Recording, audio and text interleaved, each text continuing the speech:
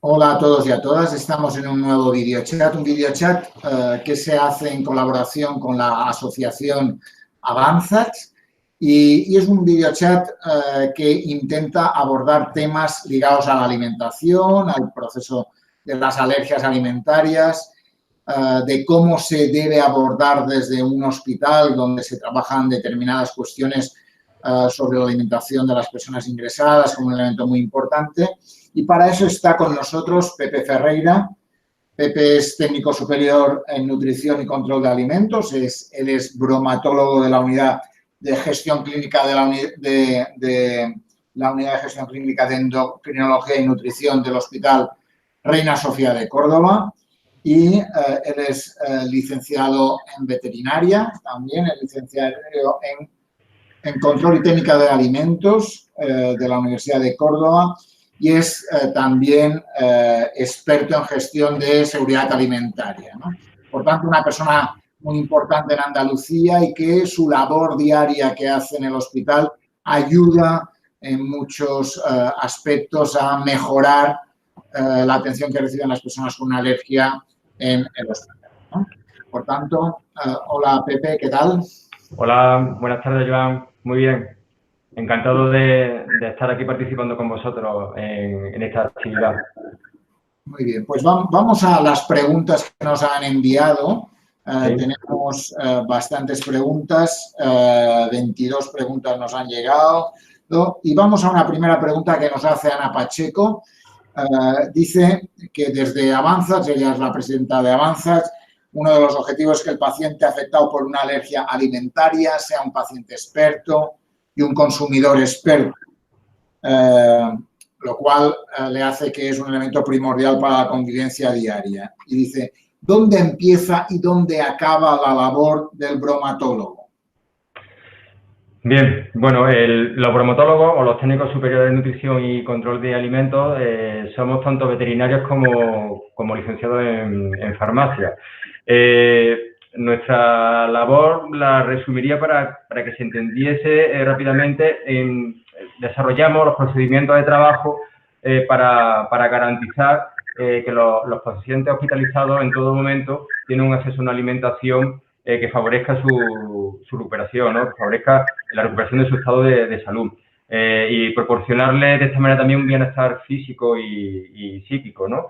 Y para ello colaboramos, participamos del desarrollo de menú de calidad y con una garantía higiénico-sanitaria y, por supuesto, atendiendo a un coste lógico. Para realizar estas actividades que indicaba, bueno, pues nuestras funciones fundamentales son el desarrollo del sistema de autocontrol. Es un documento que toda la industria alimentaria, y una cocina hospitalaria es una industria alimentaria, que tienen que desarrollar, donde se establecen una serie de documentos para actuar de manera preventiva en el control de posibles peligros, posibles contaminaciones, ¿no? Y concretamente estos documentos son los planes generales de higiene, entre los que están pues el control del agua de consumo, la limpieza de sucesión, la cadena de frío, el mantenimiento de instalaciones, la gestión de las compras, el control de los residuos, la trazabilidad, etcétera, así hasta 10 documentos. Y particularmente hay uno que con la publicación del reglamento 1169 del año 2011, pues empezó a desarrollarse, que es la gestión de los alérgenos. Hasta entonces no había una obligación de hacerlo, pero bueno, algunos establecimientos ya habíamos desarrollado procesos de trabajo para controlar la alergia alimentaria en el paciente, puesto que son muy numerosas, ¿no? Y esto fue obligatorio a partir del año 2014. Aparte del desarrollo de estos documentos que decía Joan, pues también participamos en el desarrollo de pliegos de prescripciones técnicas de las materias primas que se van a utilizar en la elaboración de los alimentos. Asesoramos en materia de higiene, de calidad, de seguridad alimentaria al hospital y a la empresa adjudicataria que tengamos cada uno de nosotros. Desarrollamos los planes de muestreo de calidad higiénica de alimentos, de superficies, de control de ambiente, de control de manipuladores. y participamos también en las comisiones de nutrición y de alimentación de los hospitales, puesto que la alimentación es una parte más del tratamiento y es fundamental en la recuperación del paciente. Somos una profesión entre la parte clínica de un hospital, la de gestión, fundamental para que un servicio tan importante como es el servicio de alimentación de un hospital se desarrollen todos los procedimientos de acuerdo a conseguir una seguridad alimentaria, entendiéndose una inocuidad y una nutrición correcta del paciente y no añadir ninguna patología a la que ya de partida puede tener, ¿no? Por la que está ingresado en un hospital. Muy bien. Hay una pregunta que nos hace Alma, dice, ¿qué garantía de seguridad se ofrece al paciente hospitalizado a la hora del reparto de bandejas alimentarias en las habitaciones, cuando vienen etiquetadas con tarjetas de papel volátiles que en algún momento durante el transporte o manipulación pueden desplazarse de una a otra? Pregunta, ¿está el personal auxiliar formado en el tema? Bien, a ver, yo os cuento mi experiencia, ¿no? Nosotros comenzamos a trabajar, o sea, no hay nada estandarizado que sea desarrollable en todos los hospitales. Cada hospital trabajamos con los recursos que tenemos y cada uno tiene que conseguir el objetivo de inocuidad con los recursos que tiene, ¿no? Entonces, a lo largo de la conversación que tengamos, en muchas ocasiones tendré que hacer referencia a lo que hacemos en Córdoba, en el Reina Sofía. Os pido disculpas, pero bueno, es extrapolable a otros centros que quieran hacerlo, que puedan hacerlo, ¿no? Pero concretamente a la pregunta que me hacía ahora, es cierto que eso puede suceder en una bandeja, en el que si no tenemos la precaución de que una etiqueta quede inmovilizada con algunos de los recipientes que lleva la bandeja, pues en algún momento esa bandeja se desplace, caiga y no se tenga identificado el alimento para un paciente alérgico o para un paciente con cualquier otra patología. En nuestro caso, lo que decidimos fue que, además de tener la etiqueta identificativa por bandeja, una etiqueta que es nominativa, donde va la cama del paciente y su nombre, cada uno de los platos que va a recibir ese paciente también lleva adherida en la tapadera de ese plato, del bol del primero, del plato del segundo, de la guarnición, lleva adherida otra tarjeta similar. Es decir, en cada bandeja ponemos 4 tarjetas. Una para el primero, otra para el segundo, otra para la guarnición y otra la común.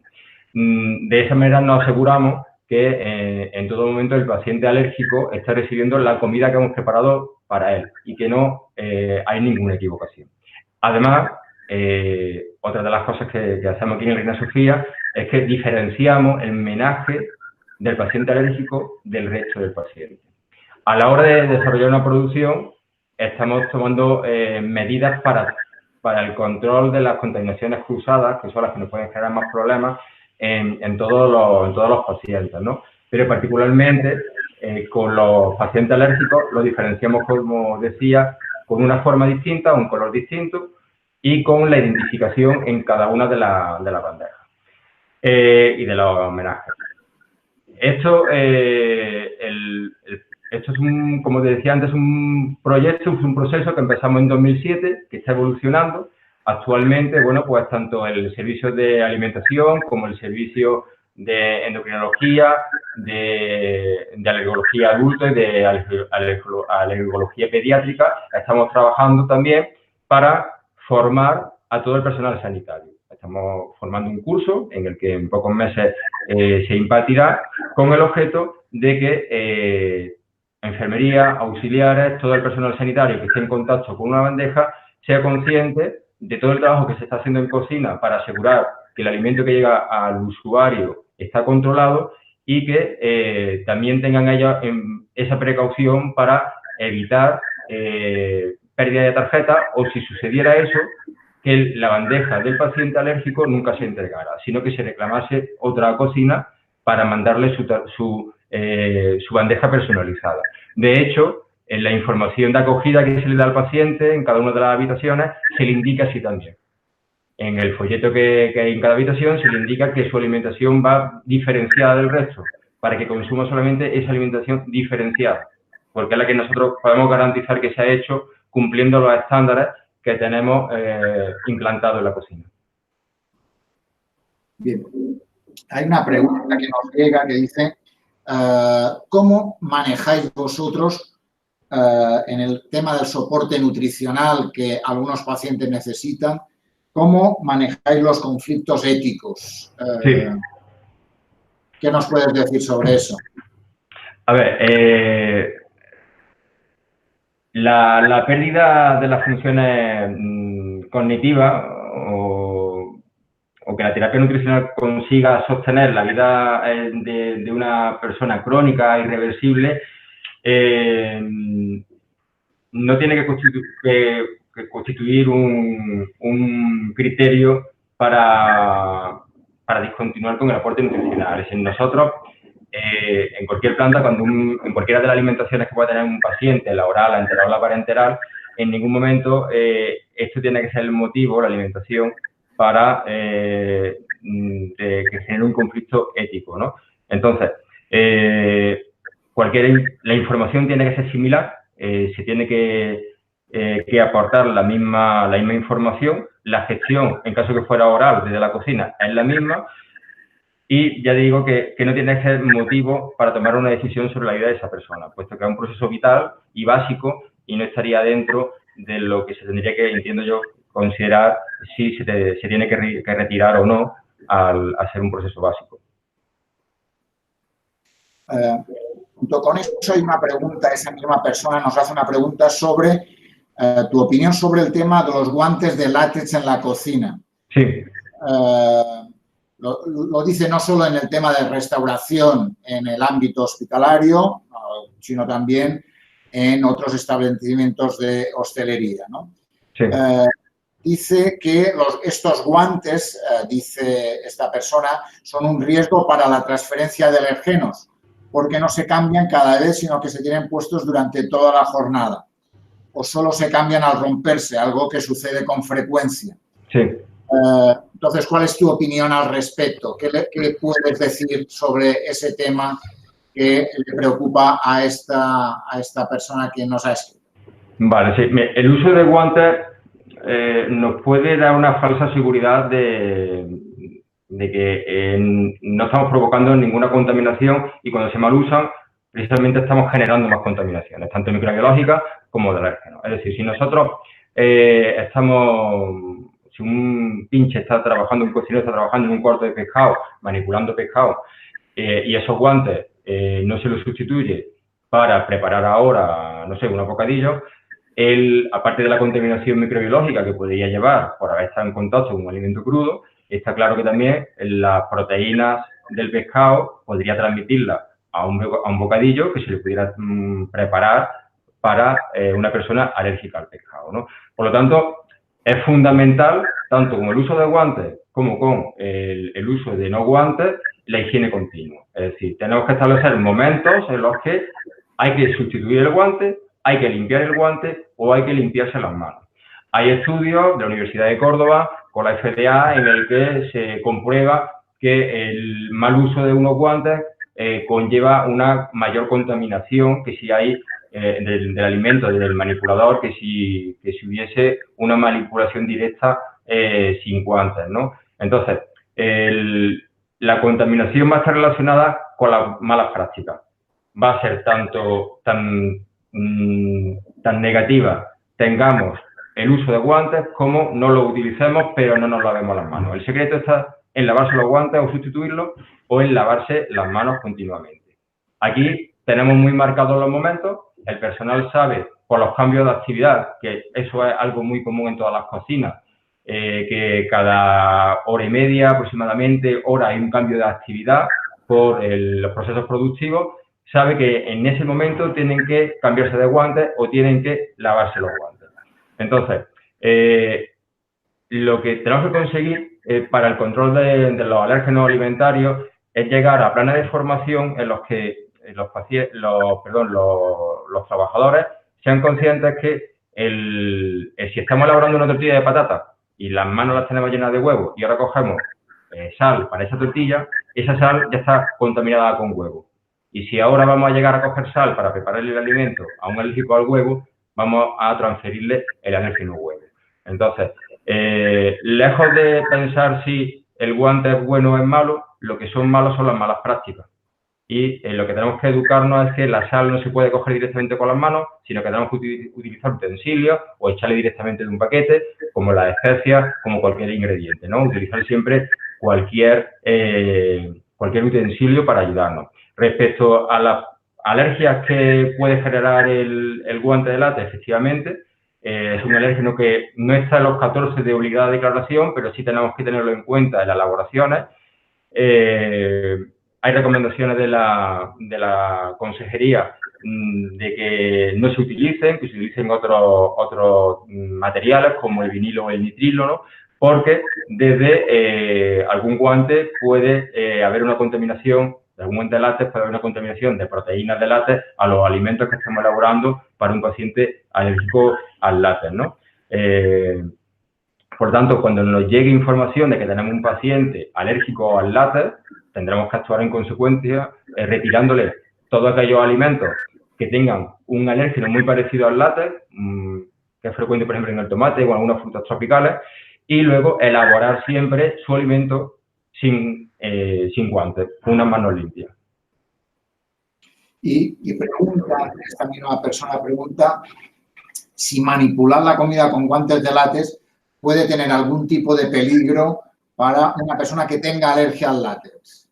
Sí, tendría. Por eso, tanto si tenemos un trabajador que sea alérgico, no podría utilizarlo, porque le provocaría la alergia de contacto, pero si tenemos que elaborarle el alimento a un paciente alérgico al látex, conllevaría un peligro, porque habría una contaminación de proteínas desde el guante de látex hasta el alimento. Por lo tanto, el alimento del alérgico al látex se tiene que hacer sin guantes.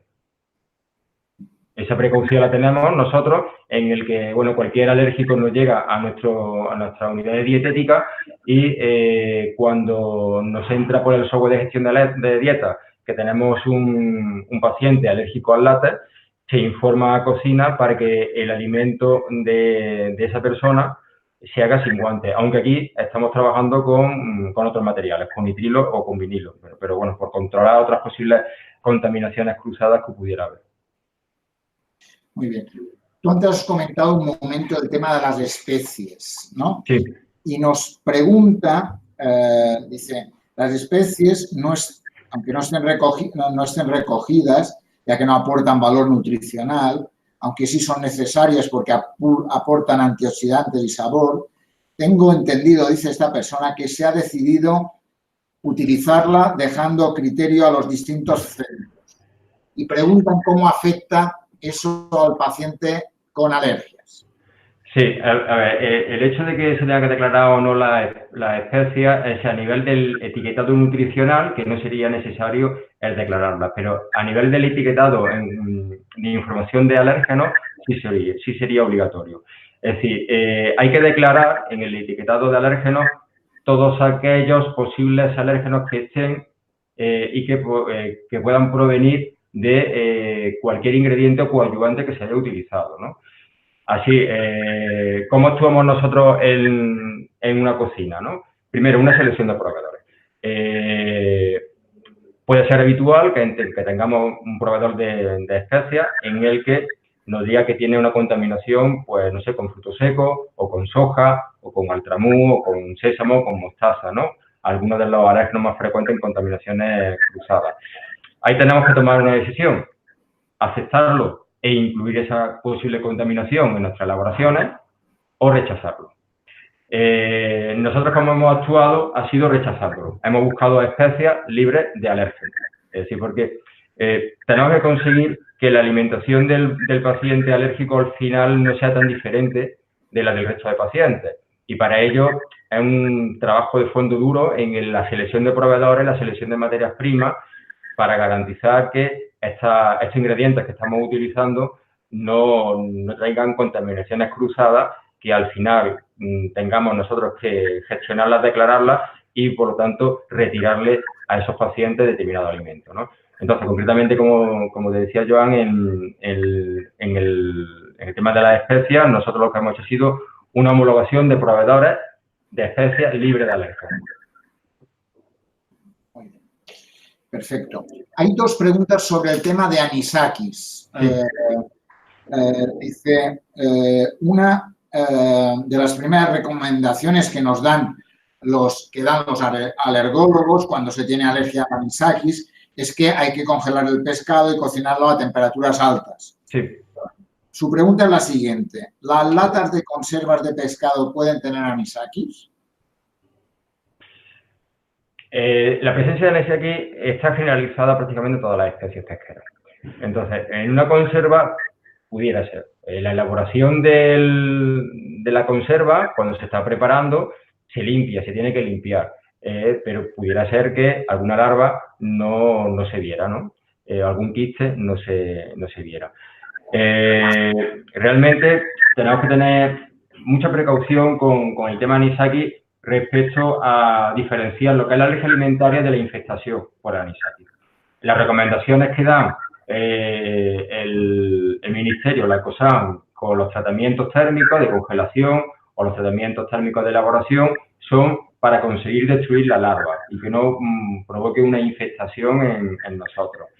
Pero ello no implica que nos pueda provocar una hipersensibilidad o que si alguno de nosotros somos sensibles a la proteína de anisakis nos generara una reacción alérgica. Por lo tanto, tenemos que diferenciar dos cosas. Por un lado, evitar la infestación, que se evitaría congelando durante aproximadamente 7 días y elaborando a temperaturas superiores a los 60 grados. Con eso conseguimos reducir, eliminar, mejor dicho, la larva viva. Pero como la presencia o la ingesta de esa larva la proteína de esa larva nos puede provocar la sensibilidad alergénica, tendríamos que hacer una correcta limpieza del producto para evitar ingerir larvas o quistes de anisakis, aunque estén muertos, es decir, no nos infectarían, pero sí podrían provocarnos alergia alimentaria. Entonces, en una lata de conserva, los productores van a limpiar muy bien el pescado que van a utilizar. Lo que sí tendría que tener precaución el usuario que fuera alérgico a anisakis es de cuando igual tener la misma precaución que con cualquier otro pescado congelado fresco, el detectar la posible presencia de algún quiste o de alguna larva para no ingerirlo, que sería lo que le provocaría la reacción alérgica. No la infestación, pero sí la reacción alérgica. Ya has contestado otra pregunta también que nos tenía esta persona, por tanto, perfecto. Y pregunta una cosa más. Dice, ¿los calamares y cefalópodos en general podrían tener anisakis? Sí, como hospedadores de anisakis puede ser cualquier animal de origen marino. Hay una pregunta sobre el tema del exceso de higiene. Primero, te valoran como un gran profesional esa persona y dice que si la posibilidad de que el exceso de higiene, el uso de productos antibacterianos, la esterilización de utensilios para bebés, esté haciendo que el sistema inmunitario del ser humano se esté debilitando y así favorezca el incremento de alergias. ¿Cuál es tu opinión al respecto? A ver, sobre ello hay muchas teorías, ¿no? Estas teorías indican que, bueno, que de los dos tipos de linfocitos, ¿no? que tenemos, los TH1 y los TH2, pues los TH1 están relacionados más a defendernos de esas infecciones, ¿no? De origen bacteriano o vírico. Con el exceso de higiene estamos provocando de alguna manera que esos linfocitos no tengan actividad y provocaría que los que participan en la reacción alérgica estuvieran más exacerbados, ¿no? Y sería el motivo de que, por el que ahora puede haber una mayor prevalencia en la alergia alimentaria. Hay una teoría, no está aún totalmente demostrado o no tengo conocimiento de ello, pero bueno, hay que tener en cuenta que aparte de esto que os decía, hay otros factores, como son factores genéticos, como son factores ambientales, que también van a predisponer a una mayor prevalencia de las alergias, ¿no? Las concentraciones de polen en las ciudades son muy elevadas, las contaminaciones por combustibles son muy elevadas y, de alguna manera, ello también estaría interviniendo en esta prevalencia cada vez superior. Hay una pregunta sobre el tema de qué se entiende exactamente por traza. Sí. Dice, ¿hay una medida concreta de X proteínas por miligramo? Encarna, que es la persona que nos hace la pregunta, dice que el concepto le parece poco definido y que el etiquetado relativo a las trazas no digamos, ¿no? Y de alguna forma, si consideras que son seguros para las personas con alergias, ¿no? El hecho de no ser suficientemente definidos a la hora de explicar el tema de este tema en los productos. Bien, en química analítica se considera traza aquella concentración menor a 100 partes por millón. Entonces, consideramos traza en alérgenos, en alimentación, todo aquello que es insignificante, ¿no? Pero que puede estar y que concretamente en el paciente alérgico o en el usuario alérgico le puede provocar una reacción alérgica en función de la hipersensibilidad de cada uno, ¿no?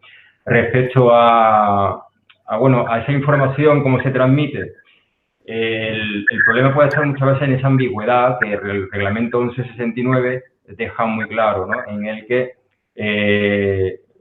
cada fabricante tiene que informar de los alérgenos que haya en su producto y, según indica en el reglamento 178 del año 2002 y en el reglamento 852 del año 2004, debe establecer sistemas que aseguren el control de los peligros.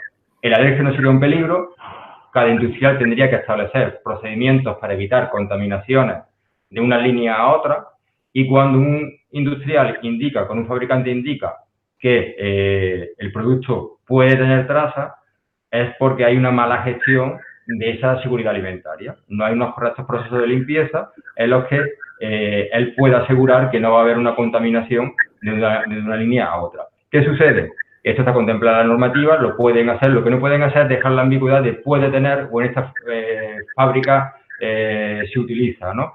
Tiene que ser taxativo. ¿Se tiene o no se tiene? No se puede dejar la interpretación o a la duda de un consumidor con el puede contener, porque ante esa situación que ya se lo consume o no lo consume. No, aquellas industriales que por su sistema desarrollado no sean capaces de controlar contaminaciones cruzadas, tendrían que indicar en su etiquetado que contiene el producto, no que podría contener.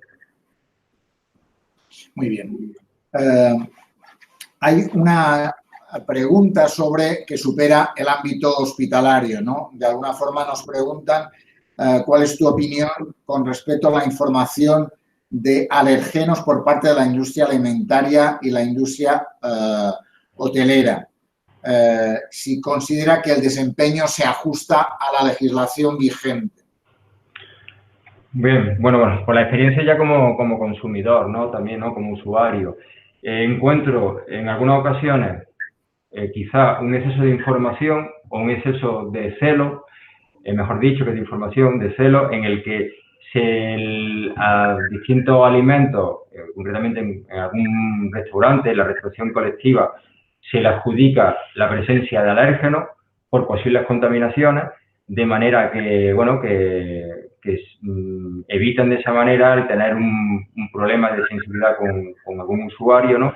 Y en otras ocasiones en el que no se le da la importancia necesaria que tiene y se trabaja con unos listados de alérgenos no actualizados. En la restauración muy normal que se cambie frecuentemente de marca por costes económicos y puede suceder que determinada marca contenga unos alérgenos que otro producto, que el mismo producto de otra marca no los contenga, ¿no?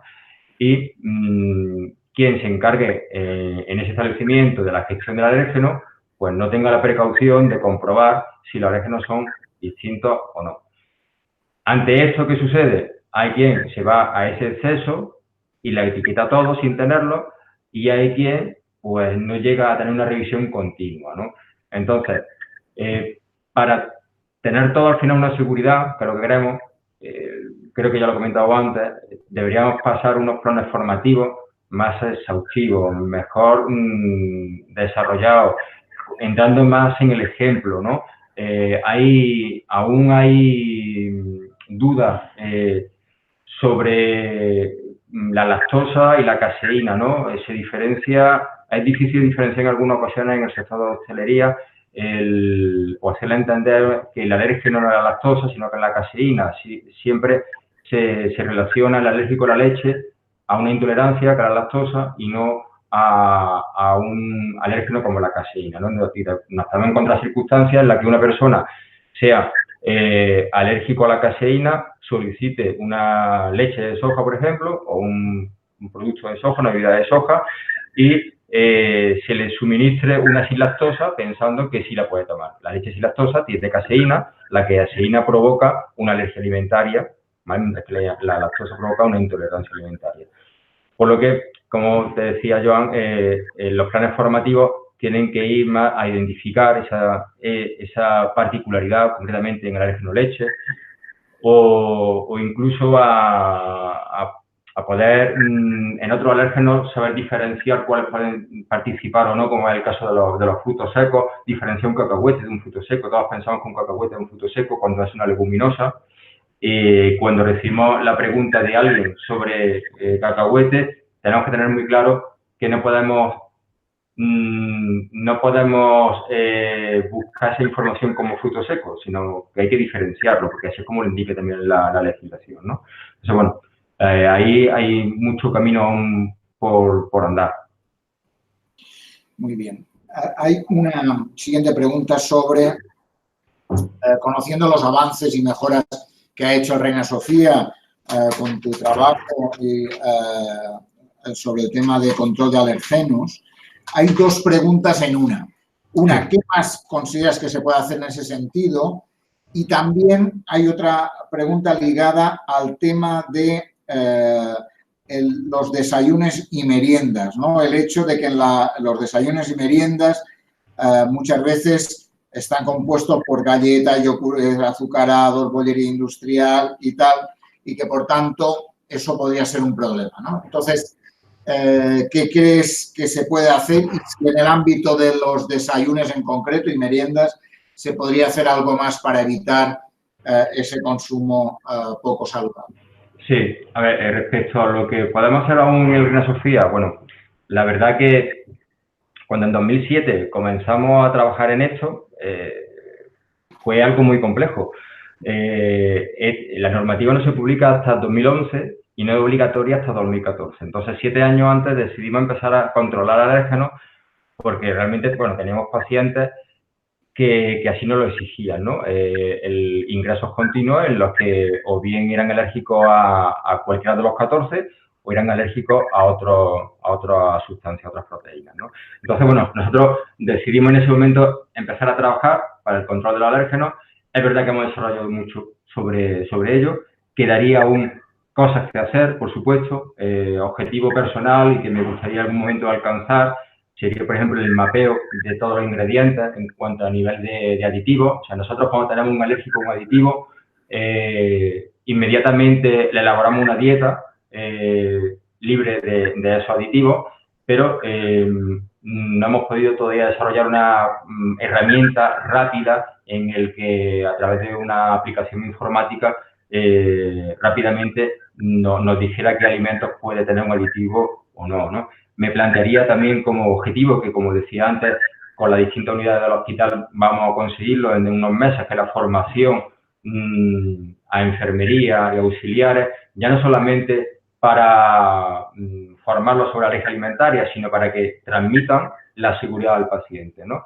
Creo que es fundamental que la área sanitaria sepa lo que se hace en una cocina para cuando razonablemente una familia llega, sea adulto, sea un paciente pediátrico, con el miedo a qué es lo que me van a dar de comer, estará controlado o no, enfermería también sepa transmitir qué es lo que se está haciendo en la cocina, pueda transmitirle con confianza, ¿no? Y tranquilidad, que yo creo que es fundamental a transmitir para que por lo menos de la parte alimentación se olviden y piensen en la patología por la que ha tenido el ingreso, ¿no?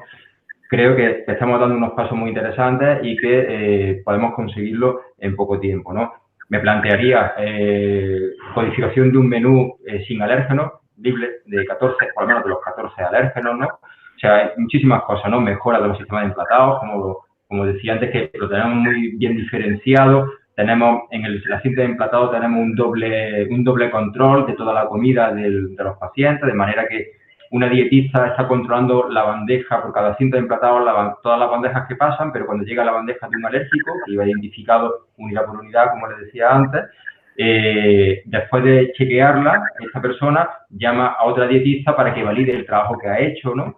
Creo que lo tenemos bastante desarrollado, ¿no? Pero bueno, hay pasos que podríamos seguir dando, ¿no? Como son termosellados, como son, bueno, otros sistemas de almacenamiento, de conservación, que podrían darle mayor confianza, no mayor seguridad, porque trabajamos con unos estándares muy elevados de seguridad, pero sí más confianza al paciente. Y enlazándolo con lo de la alimentación saludable, es objetivo del hospital, es objetivo de la gerencia, es objetivo de la dirección médica, de la dirección de servicios generales, entrar en una alimentación más saludable.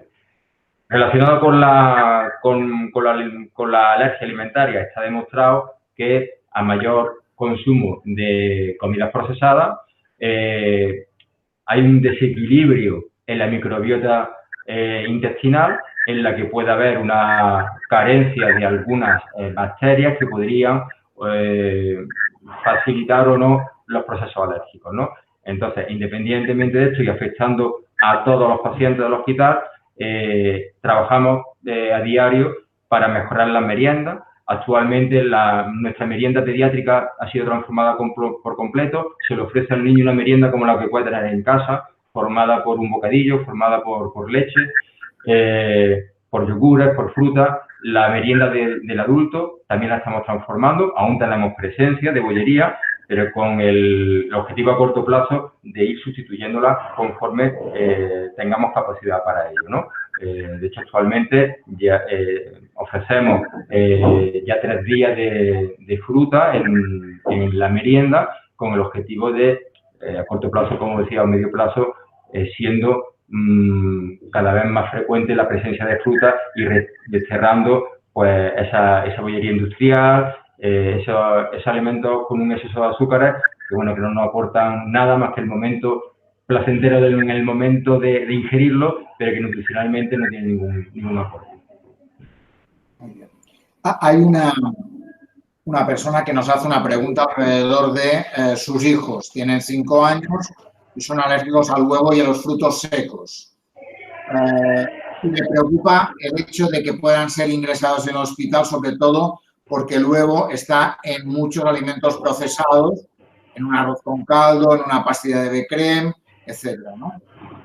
También dice que se encuentra en algunos medicamentos y en la anestesia, ¿no? Sí. Y pregunta, dice, si puede estar tranquila de que en el hospital sus hijos pueden comer sin riesgo alguno y si el personal de cocina está preparado para evitar la contaminación cruzada. A ver, en esto hay que tener claro un concepto, que es que el riesgo cero en seguridad alimentaria no existe, ¿vale? Nosotros tenemos desarrollado un procedimiento, una gestión de alérgenos, que va desde la identificación de las materias primas, con una homologación en la que habría que comprobar la información que da en etiquetado, como en ficha técnica. En caso de que esta información no sea coincidente, esa materia prima no se acepta para ningún alérgico y habría que buscar inmediatamente un sustituto para todos los pacientes. Si tuviéramos la urgencia de utilizarla, se utilizaría solamente para un basal, indicando en la tarjeta la presencia de todos los alérgenos, tanto la de la etiqueta como de la ficha técnica, ¿no? Luego, todos los procesos que tenemos desarrollados en cocina son siempre pensando en evitar el cruce, no solamente para el paciente alérgico, sino para todos. Nosotros estamos informando en la tarjeta, estamos informando de los alérgenos que lleva cada plato. Por lo tanto, en la elaboración de cada plato de cada paciente, indistintamente que sea alérgico o no, tenemos el compromiso de evitar las contaminaciones cruzadas. Por lo tanto, nosotros, nuestro día a día, en el control de las instalaciones, de los equipos, de los procesos de limpieza, el plan analítico que tenemos desarrollado para detectar alérgenos en utensilios y en alimentos, es para buscar esa seguridad, que el paciente alérgico no ingiera ningún alérgeno que no pueda recibir. Cuando digo el riesgo cero no existe, siempre puede pasar que una información desde un proveedor no nos llegue o llegue modificada o no esté actualizada. Por eso el decir riesgo cero no existe. Puede tener la tranquilidad de que en el hospital los profesionales que trabajamos para controlar su nutrición y para elaborar su alimentación estamos muy concienciados y reciben formación sobre ello. Concretamente, el personal de cocina del Hospital Reina Sofía de Córdoba, desde el año 2009, está recibiendo formación, por lo que hemos en ocasiones contado con la participación de AEBNA o de Avanzar, porque creemos que quien mejor puede formar son el propio interesado, ¿no? Es la mejor manera de que mi manipulador sea consciente del peligro que conlleva una mala manipulación, conocer qué puede generar en una persona y que esa persona se lo cuente es la manera de llegar. En los manipuladores ha habido una evolución en el tiempo en el que cuando se le explicaba que un cuchillo al principio de empezar a controlar, para allá por el año 96, la higiene, cuando se le decía que un cuchillo que se había utilizado para cortar carne no se podía utilizar para cortar pan, al principio no lo entendían. Hoy todo el mundo lo entiende. Sabe que hay una contaminación cruzada y que hay una serie de bacterias que pueden llegar de un alimento crudo a un alimento de consumo directo y que eso genera un riesgo, genera una posible toxinfección alimentaria y no se puede realizar esa mala práctica. Cuando empezamos con esa formación en el año 2007 aquí, cuando yo le comentaba a mis manipuladores que después de trocear un pan con un cuchillo, ese cuchillo estaba sucio y que no se podía trocear una lechuga, no se entendía, porque el cuchillo estaba limpio, ¿vale? Entonces, bueno, desde entonces son ya 12 años los que hay un plan de formación continuo en el que se entiende, pero tenemos que llegar a lo que os comentaba en otras preguntas. Tenemos que llegar al ejemplo de dónde está, porque hay cosas que no somos capaces de darnos cuenta del riesgo. No lo estamos viendo, no vemos el cuchillo manchado después de cortar el pan. Luego pensamos que ahí no hay gluten y realmente hay gluten que puede terminar en una ensalada de otra persona. Es una labor de campo continua, de formación continua en el puesto de trabajo en el que ellos tienen que ver el riesgo, ¿de acuerdo? Eso acompañado a su vez de planes analíticos. Nosotros controlamos aquí la presencia de los 14 alérgenos en superficie y la presencia de posibles contaminaciones cruzadas en alimentos elaborados y hacemos partícipes de los resultados al empleado para que vea la efectividad de su trabajo, ¿de acuerdo? Entonces, bueno, creo que la seguridad de todos los pacientes, no puedo hablar de los 45 hospitales de Andalucía, ¿no? Realmente, bueno, nuestra figura no está en todos los hospitales tiene que haber un sistema de autocontrol para controlar cualquier peligro, ya sea microbiológico, sea químico, sea físico, pero yo creo que somos todos conscientes, en todos los hospitales de Andalucía somos conscientes de la necesidad del control de estos peligros para evitar toxinfección alimentaria o alergia alimentaria. Muy bien. Ligado a lo de los 14 alérgenos de obligada declaración, hay una Pilar nos pregunta, ¿qué ocurre con los pacientes que son alérgicos a un alergeno que no está incluido en este grupo? Dificulta mucho la gestión del paciente alérgico a un No14, ¿no? A un alérgeno que no esté dentro de ese grupo. Es de obligada declaración los 14, como les decía. El resto, si hay una presencia de una proteína de origen animal o de origen vegetal, la legislación obliga a que no existe una ambigüedad, no se puede decir proteína vegetal, hay que decir soja o hay que decir guisante, y realmente nos dificulta mucho la labor, ¿no? Entonces, bueno, nosotros esa gestión la realizamos en el hospital estudiando ficha técnica por ficha técnica y elaborando a su vez fichas técnicas de elaboración que el cocinero tiene que respetar, ¿vale? No puede interpretar, no puede utilizar otros ingredientes distintos de lo establecido, de manera que cuando en planta de enfermería marca que es un paciente alérgico a una sustancia distinta de esos 14, automáticamente nuestro software, en algunos casos que son más habituales, nos hace también el filtrado de alérgenos, y en otros casos, en los que no sea un alérgeno habitual y que no lo tengamos dentro de ese software de gestión, hacemos una configuración, hacemos un menú específico para ese paciente, de manera que nos aseguramos que todos los ingredientes que se van a utilizar no contienen ese alérgeno que no estaría contemplado dentro del grupo de 14. Y casi ya un poco terminando, ¿no? Hay una pregunta si, de alguna forma, lo que hacéis vosotros en el sistema público, en todo ese trabajo para disminuir los riesgos de las alergias alimentarias, eso pasa también en los hospitales privados. Antes hablabas de que no puedes hablar por los hospitales, el resto de hospitales públicos andaluces, pero sí, supongo que tampoco por los privados. Pero, ¿algo sabes sobre eso? No, de cómo se está implantando en los hospitales privados no sé cómo lo pueden estar haciendo. Al ser también una industria alimentaria dentro de un hospital privado, están obligados a cumplir la misma legislación que nosotros, con lo que tienen que tener desarrollados procedimientos también de trabajo, ¿no? Para controlar tanto la presencia intencionada como no intencionada de alérgenos. De los hospitales públicos, como bien me decía, bien, pues del grupo de los 8 hospitales en el que estamos los bromatólogos, pues continuamente intercambiamos información y sabemos prácticamente lo que estamos haciendo todos, y nos ayudamos y compartimos esa información para la mejora continua de los 8 hospitales.